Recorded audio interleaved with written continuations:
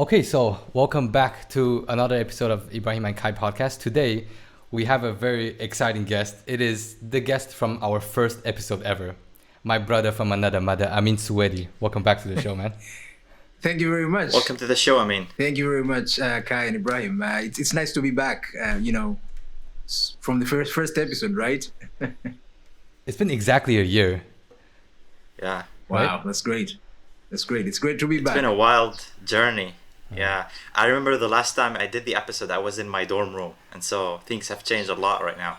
So today, Ibrahim actually suggested this topic. He wanted to talk about color grading in filmmaking. I think Amin has actually a lot of experience in color grading. I've been seeing you doing color grading since we were students. So, but I actually want to start with this first question. And I think I'm not sure about the answer myself, but if I gave you three options, right?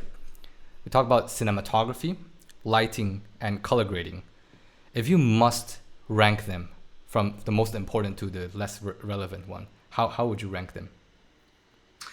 If you must. Ooh, it's hard. It's hard. So I would say the first thing will be. So I mean, the good thing is that cinematography encompasses all three of them. So if I'm to put it I'm correctly, talking about I'd like say framing. Oh yeah, yes, yeah. So the camera, then you have the lighting and the color grading. I would say in terms of, I would say in that same order, right? So first it's camera, then comes the lighting, and then the color grading, right? Because each one builds upon the other. So color grading won't be good if you have bad lighting, right? So I would say lighting is prior to color grading. And also, even if you have like fantastic lighting, if your framing is off, it's going to be terrible, right? So imagine if I was, I don't know, something like this. Now with all this beautiful lighting, it's still bad framing. But if I'm here, at least, there's something in the background, there's some depth, and that works well, right? Yeah. So camera, lighting, color grading. Camera, lighting, color grading. Okay. What about you, Ibrahim? I think that's a very good explanation. I don't have a better one, to be honest. I think, camera, lighting, color grading. Because if your lighting is not good, then the grading is kind of like the cherry on top. It would add something to your footage. It would make it look better, and sometimes even a lot better. And it would save, broken footage, I would say, with, badly graded. It would save badly looking footage. But I feel like if starting from the bottom, from the basics, is much more important. I'm really curious about your color grading journey though, because back when we all started color grading, we kind of really want to put a lot of emphasis on the color. So we kind of did a lot of tweaking when we all first started color grading. But I noticed from your style, it kind of looked less and less intense in a way. But at the same time, the image start to look more and more like detailed. I see more character in your image rather than just like colors going on.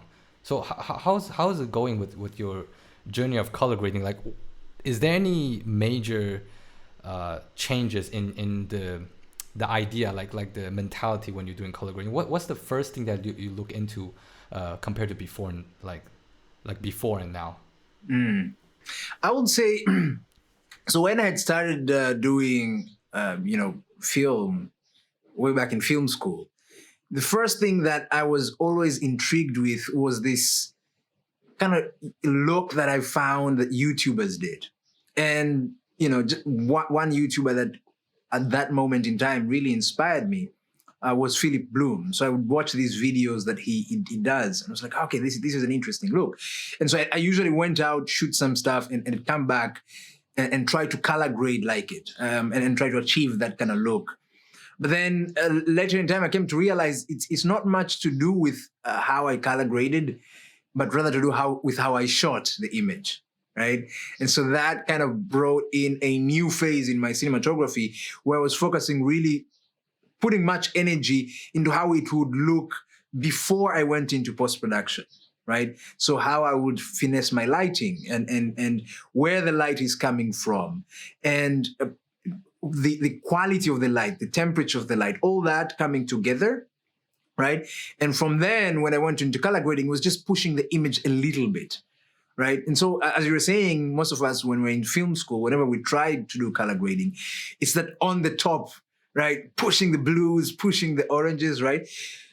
But if you for example, if you look at this particular scenario that I'm with right now, I have a cyan light on my right side, and there's a warm light on my left side that's just diffused, and a warm light in the background, right? So if I was to go and do color grading, I won't need to push much of this image. It's just kind of pushing the contrast a little bit if it was flat, but this is not flat, obviously, right? So just pushing that a little bit.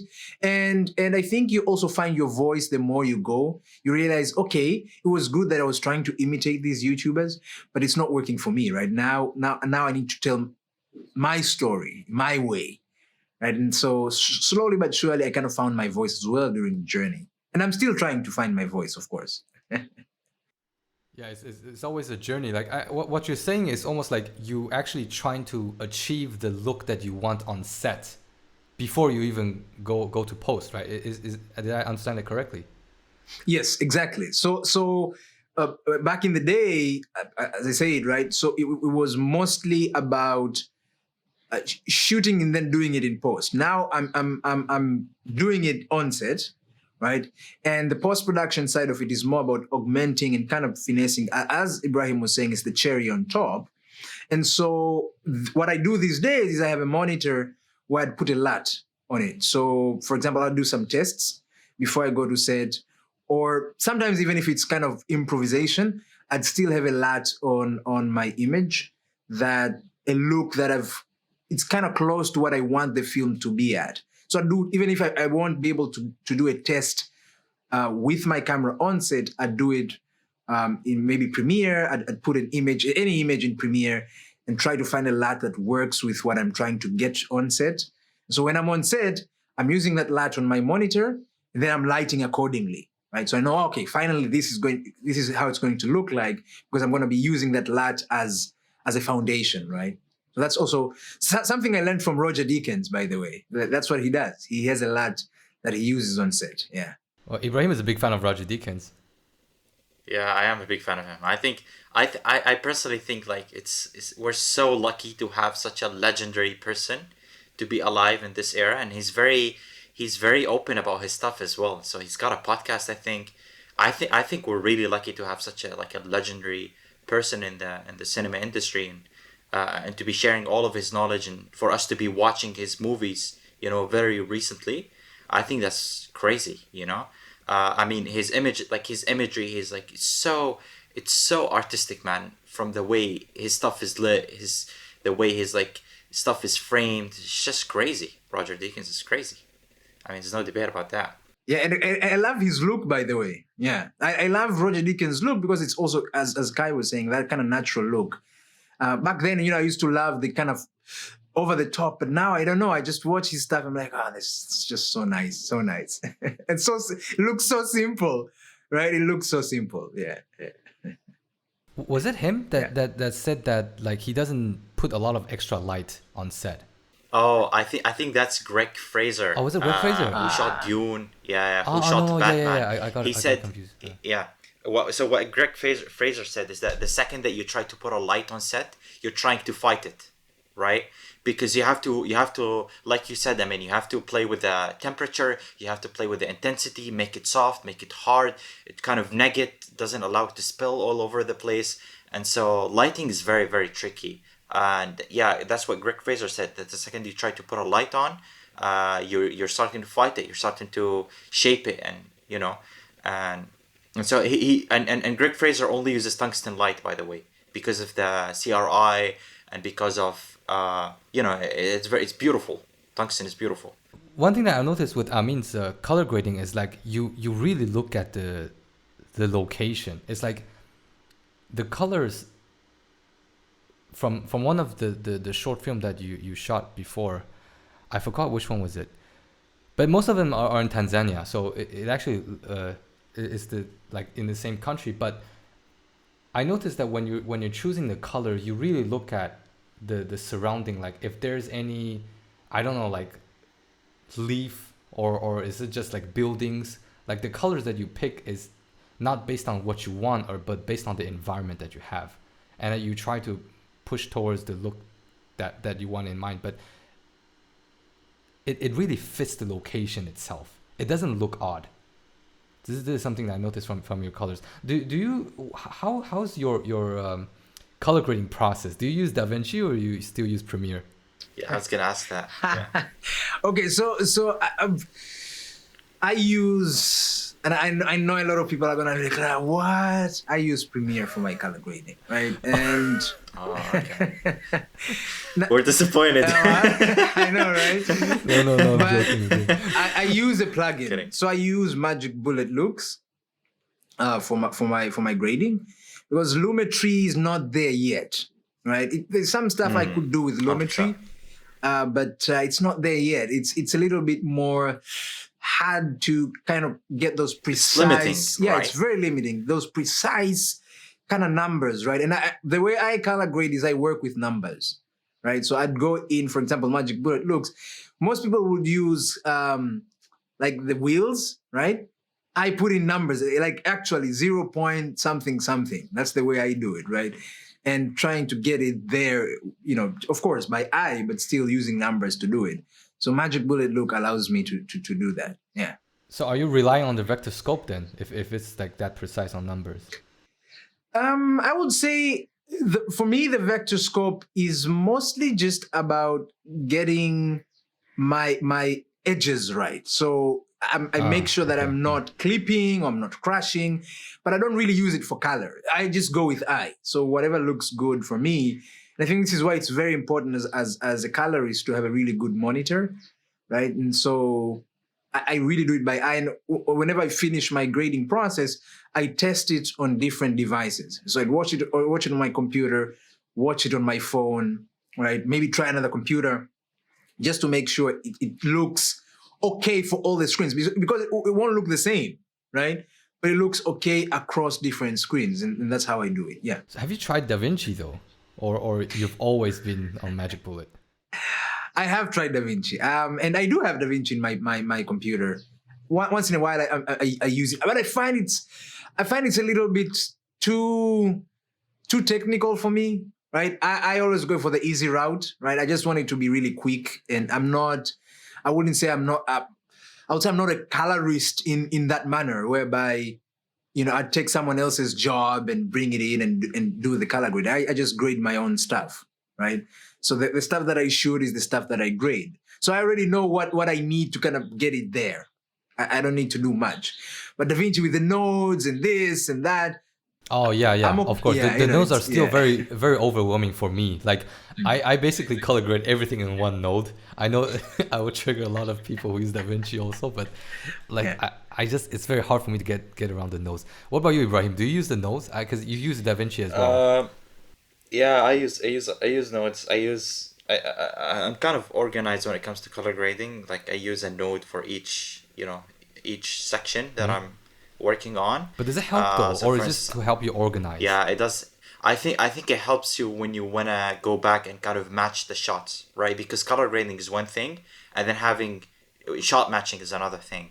So yeah, I think when you have your nodes organized, it helps you so much with shot matching. It makes it a lot easier, and you can know what kind of, when did you have your highlights, when did you have your gain and gamma, when did you have your curves, and so you could go to those and tweak those separately, and it would help you, save you some time. But yeah, and also I think the chronological order of the order of the nodes actually matters. And so if you mess up your balance at the beginning, then that would affect you later on while working on the shot.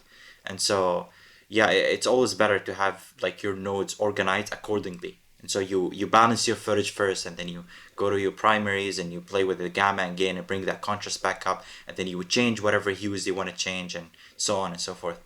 And yeah, but I'm actually also curious about you guys, like in regards to color grading when you first began.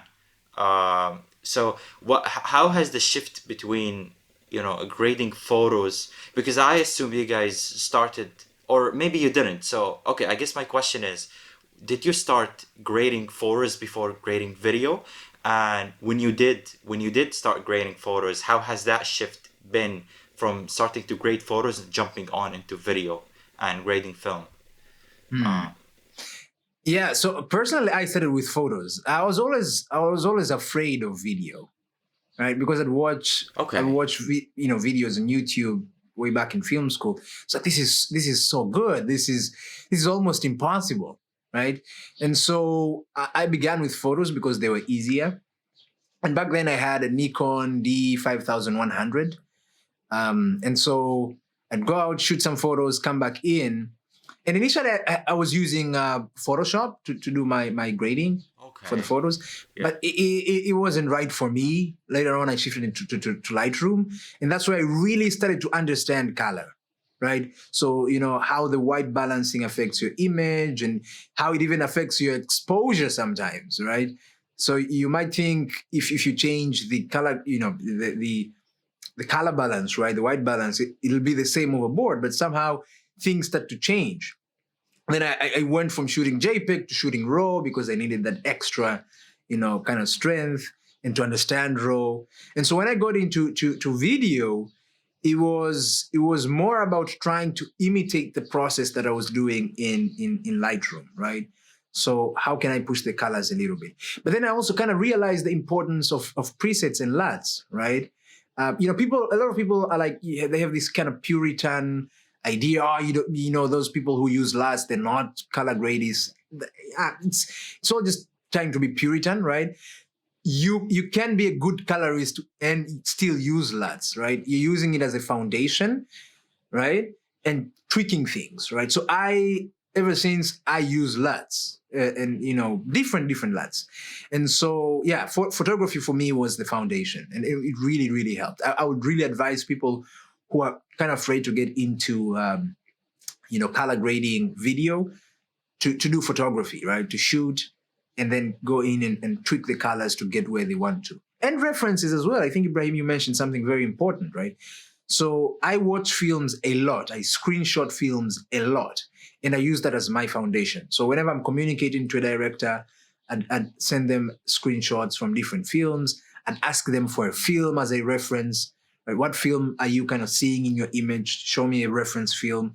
Because that helps me in my process as well, shooting and color grading. Yeah. I mean, by the way, I'm curious though, like when you were shifting from photos to video, when was that? Was it still when you were a student, or did it happen later on? Yeah, it was when I was a student. I think it was second year university. Late second year university. Huh? Yeah. I had started before. I mean, I didn't. Yeah. I shot photos way before coming to film school, but I was just using my phone. So I'd shoot on my phone, edit on my phone. But then when I started university, I got a camera. Then that kind of slowly but surely went into video. Yeah. I had really bad color grading even up until I graduated from university for videos. I kind of had this like woke moment that I finally understood how video works after I started working in the business, actually, because I never understood we all know like photos and video is just so different, right? Like when you try to color grade it, but the concept is the same. If you want to play with the shadow and the highlight, it's the same idea, but the intensity is different.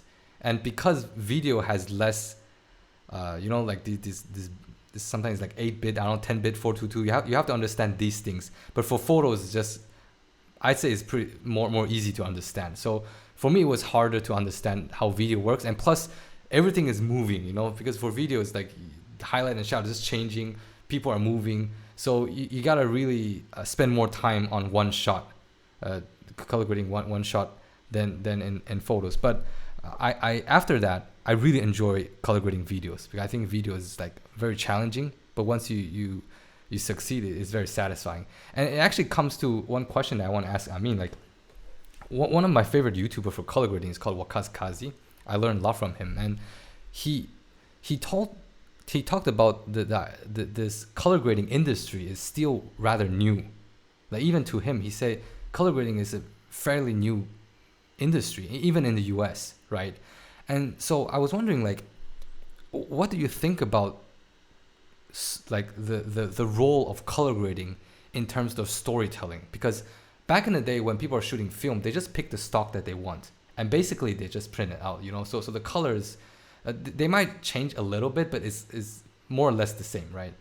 So color grading came out fairly recently, let's say, and I feel like it affected the storytelling a lot. People trying to do different color grading just to tell the audience that you're in a different timeline or you're in a different mood. And you know, we watch like Key and Peele. They like to shift these color grading when like they both want to fight, and they try to make very cold color, and then they add this aspect ratio. Like it actually helped the storytelling. So what's your opinion on that? Does it help a lot, or is this like a one-time thing? No, I think it does. It does. It's a storytelling tool, right? It's the same thing with visual effects. It's the same thing with sound, right? Everything in the filmmaking process has to do with helping tell the story, right? And that's why I think it's very important for things to come together. Whenever you're shooting, you have to think of the whole process, right? As a cinematographer, how will light will affect how the color grading will be like. So imagine, for example, in this scenario, if I wanted to make this light on this side warm, right? So I'd have to push it so much, and this will be overly warm because, again, this is already a warm light. So my choices have to be dictated by what I do on set, right? So the color grading, again, as I initially said, you're pushing that a little bit, right? But if you're planning to do something drastic, right, a change that is huge, as an example, you say, when people change their color to kind of change the tone of the film itself, you have to know that when you're shooting, it's not something that you will do in post, right? And make sure that it look good. You have to make sure that when you're shooting, how you're going to shoot, maybe the white balance that you're shooting. I mean, all these big productions, you shoot raw anyways, right? So there's kind of that flexibility. And actually, my color grading had shifted way too much when I started shooting raw video. I mean, I don't do that much raw video, but I had a friend in university who had another friend who had a raw recording camera. It was the Red, I think, Dragon at that time. And I shot a couple of stuff with the Red. Man, it's a different world, right? That the color depth is different. The possibilities are different.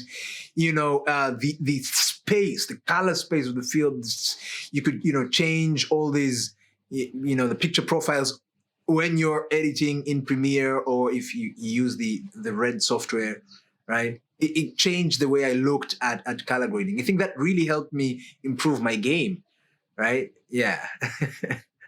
So yeah, color grading is a storytelling tool, but again, prepare yourself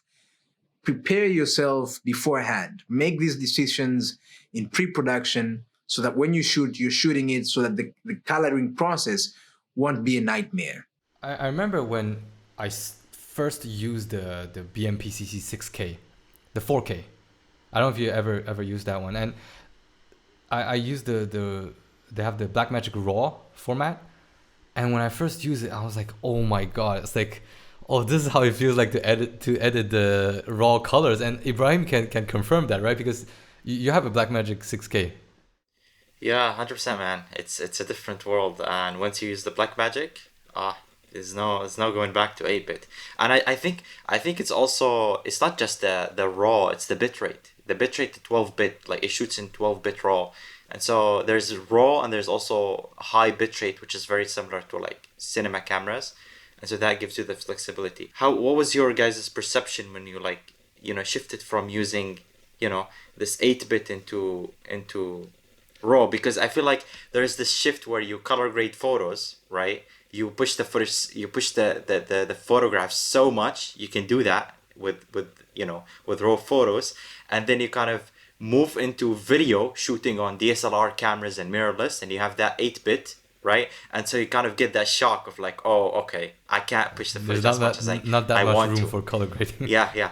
And then you kind of get your life back when you start shooting with cinema cameras, going back into that very close to the raw photos that you used to do with. And so how has that process been for you guys? Shifting from photos to videos with 8-bit into, perhaps shooting on cinema cameras, right? Yeah, for me, it was interesting, right? But I really, I would say the times when I had limited tools were the best times of my life, right? So until I graduated from university, I'd used a couple of cameras. I'd used the original Blackmagic Pocket. I'd used the Red. But my main camera was the Nikon D5100, which we shot, Kai's and Agon's film with, No Hand, No Game, right? Now, I've showed that film to people, and they asked me, "Wow, what camera did you shoot with? Was it a Red? Was it a Blackmagic?" But imagine I shot it with an 8-bit camera, right? And it looked, I would say it looked amazing. More than most looked amazing. Stuff. It looked Right? amazing. I brag to people. I told people that Amin used a Nikon, was the Nikon 5100, right? Or Yes, Nikon D5100, yeah. 5100. It's insane because I think that's like one of the first Nikon video camera or something like that. It's like really OG Nikon camera. And he literally took that, and he, like, a lot of people asked me what camera it was. Like, even when I was working, I told them that this is a film that I shot when I was a student, and we use a very, very old Nikon camera, and people were shook.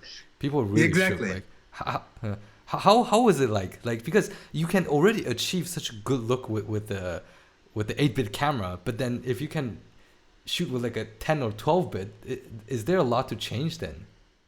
No, so I use the same principles, right? So for us back then, if you remember, Kai, during that process, we worked a lot with lighting, we worked a lot with location, costume, right? So all that came together, right? So for example, just kind of remembering the initial shot, kind of making sure that there's water on the tarmac, just to have those kind of reflections, all those kind of things coming together. And what I did with that camera first, disclaimer, because this kind of removes the warranty of the camera, I hacked the camera, right? So there's a hack that you could put to kind of push the bit rate a little bit.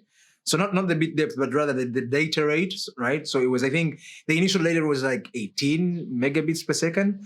But once you hacked it, you kind of push it to like 64 or something, which is not much, but it's at least that level forward, right? And the second process, I think also the lenses that help, and the lighting, and understanding the limitations of your camera, right? So I was using a flat picture profile, but not so flat, which is like log, because if you go to that space, you'd crash your camera. It won't work. So it's just kind of flat-ish picture profile. And so the grading, again, as I said, is kind of pushing it. So what I do now, even if I use Blackmagic, if I use my GH5S, it's the same principles. I don't want to do much, again, because it helps my process as well. Yeah. Yeah, and it's also one of those things where I truly resonate with what you said about limitations and how limitations make you more creative and kind of push you into new boundaries that you would have never thought you would reach if it hadn't been for those situations and those kind of constraints that you had been put in, right? And I also can relate to that. I think I don't know, you probably can, Kai, as well, because I feel like those are the situations where you don't have the tools, you don't have the the means and the tools and the things that you wanted to have, and kind of those limitations push you further into coming up with new ideas and like you said, even like hacking the camera and to get that little bit of data rate just to get that bit of footage and it makes you so happy at that time, and it truly makes a difference, not only in the mindset that you would have later on, but also in the work that you would create. And I also I envy those that actually don't that have more limitations than me, because I feel like they can push themselves outside of who they can be, and I feel like they can be more creative than I can when I have everything laid out in front of me, and so it's this idea of like going back to struggles that can make you a lot stronger and a lot better and a lot more you can endure more, you know, difficulties. When we were shooting No Hand No Game, we were thinking, me and Agon, we were talking about how to raise the production value of this film. You know, how do we make it not look like a student film? And when I was thinking back, I think like the color grading really helped a lot. And that's what my ex-colleague told me also. They said that whenever I do like a good color grading, the film just looked much more expensive than what it is. Obviously, you have to improve other aspects, such as like lighting, the costume, and obviously acting, all of that.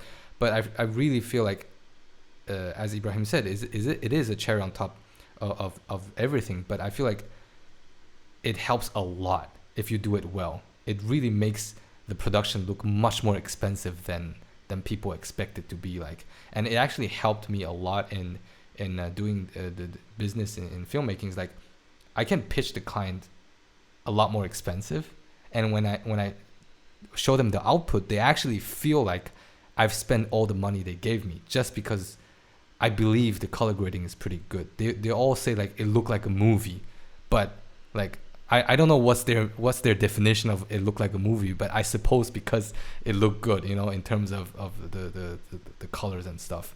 I did make a comparison with people. Like I show them the video. I show like a few people the same video but with the bad color grading, and I show other people with the good color grading, and then I ask them to estimate the price of the film, like which one they think is more expensive. And like there's a huge difference between the people who saw the one with the color graded one and then the one with the shitty color graded one. Yeah, 100%, man. I think grading, lighting, and audio are the most underrated things in the film industry. I think like if you master those, along obviously with the basics, with the also the stuff that is also important, then you would have that would give you so much edge over other people in filmmaking, you know, and it really makes a difference on not only, you know, on this like small scheme of things and on the big scheme of things, you know. And people really can't tell the difference if you ask a person, like an average person who's not creative, who's not like non-filmmaker, you know, they would really know the difference and they would appreciate it, even like you said, Kai, with the people that you asked. And so they're really important. Exactly. You know, I would say in the scheme of things, right? People don't know what camera you're shooting with. They don't know, right? Unless you show them behind the scenes footage, right? So when we shot No Hand No Game, it doesn't matter what camera we shot at. I mean, it matters for us as filmmakers. It makes us happy that we're able to achieve something. For the viewer, beautiful. It doesn't. For the viewer, it doesn't, right? So now when you come into the industry now, people are going to see that and say, okay, they're going to ask, what camera do you shoot with? And then you're going to say the Nikon. They're like, okay, now they know you can work with limitations, right? And they want people like that, right? They want people who can work with limitations. Now, when it comes to bigger cameras, it's just about adding on that knowledge, right? And so when you perfect these things, right, as you're saying, you perfect sound, you perfect color grading. And that for me kind of really helped my work, right? Color grading has always been, and I love whenever I get into you know, after I shoot, even if I'm not editing the project, right? The raw footage that I have, because I usually keep it for my showreel, I just go into Premiere and start color grading it. It's just for fun. But I know I'm not paid for that. I'm guilty for that also. It's right? I'm exactly the same. Yeah, I just keep it for myself, just to see how I can make it look like. Exactly, right? So but there's other things as well, I think, that people kind of underrate. I think art direction is very important, right? So when I was kind of setting up, you know, this is a podcast, and someone might say, why do you go to that much effort to make it look good? I don't know, just you want it to look good, right? So for example, imagine that lamp back there wasn't there. It won't look bad, but there's something added there, right? So the curtain, everything kind of helps kind of make everything come together. And I think that's what Kai was mentioning when he said something about location, right? So the location also helps tell your story, and it helps in your grading. So imagine, for example, if you're shooting a film on a white room, white walls, right? Gray costumes, right? Now, would that, even if you color graded it, it'll still look white, right? There's no color. There's no color, right? But if your lighting is telling the story, if your costume are telling the story, if your art direction and locations are telling the story, when you're going to color grading, it's gonna be so beautiful. And this is where I want to ask Kai a question. I saw a film. There's this promo that you did recently for the Lantern Festival. Oh yeah, right. Yeah, where there was this kind of the guy who was kind of making the lantern, and I think I really loved the look of that film. Just tell us a little bit about it. I just love to hear. I know I'm the one on the hot seat, but I just want to hear the process for that film. Man, thank you so much for asking that. We spent a lot of time preparing that, but we did not have a lot of resources, just like what Ibrahim said. We didn't have a lot of resources. We wanted to shoot in a studio where it looks so epic, and then it looked like a very cool like a Marvel studio. I don't know, but we actually went to his house because we didn't have the budget to rent the studio. So we just went to his house, and then we talked to the guy, like if he can. Basically everything is like we wanted to get it as real as possible. So we had a quick interview on how he does his thing, so we can show his true character. We didn't want to fake it too much, but we want to make it look epic. So he's a pretty legendary artist here in Taiwan, and he make these kind of lantern type of thing. So that was like the intro for the thing. I don't know if you saw you saw the intro, right? Did you see the one with the guy who write in Chinese letters? That one? I think I've seen that as well. Was it on Instagram as well? Yeah, it was on Instagram. Yeah, I think I've seen that. Yeah, I've seen. I mean, I always follow on your page, right? There was one where you shot outside with the lanterns, like with the people. I think there's so many short films you've been posting that I mean, centered around the Lantern Festival, right? And for me, those. I don't know, with the lights and the colors, and going back to the one that you're talking about the artist, is this kind of soft look. I don't know, so it's like these guys use a promised filter, or is it just that black magic look? I don't know, man. It was really nice. It was a Sony 7S3, and we did use a black promise, and I think that was such a key factor for the whole Lantern Festival, because I noticed that the Pro Mist filter really brings out the lantern, like the look of the lantern. I love it. I love how the Pro Mist it makes the lantern looks perfect. So it's like what was it called? One out of 4 or something. I don't know. I don't know how they but that was the level we had for the Pro Mist, and we used it for the whole film. And it was so fun to shoot. I had so much fun. I'm sure you would love it, I mean, because it is really fun to shoot it. We just shoot whatever we find pretty. But yeah. That's nice. Actually, I do have a quarter promised, by the way. The black promised. Oh, you had a promised. Is it the Tiffin? Yeah, the Tiffin one, yes. Oh man, that one. Do you guys recommend that I get one, or what do you think? Yes, get one. Oh yeah. But I would suggest get the 1/8. Get the 1/8. The 1/8 one. It's not as strong as the 1/4, but you could mostly use it for all stuff. The quarter is a little bit strong, little bit. In certain scenarios, maybe using it might be over the top. 1/8, perfect. Do you use it on top of the ND filter or before? Before. Yeah. So you put the ND filter on it as well. Yes. So you put the promise, then the ND filter, right? Oh, yeah. That's crazy. Okay. I know that people really love using it because it kind of blooms out the highlights and it makes your stuff more glowy in a way. Yeah. Right? And I think it really worked for the Lantern Festival for you, Kai, because what is that? Like the Lantern Festival is about lights, right? The lantern is a light.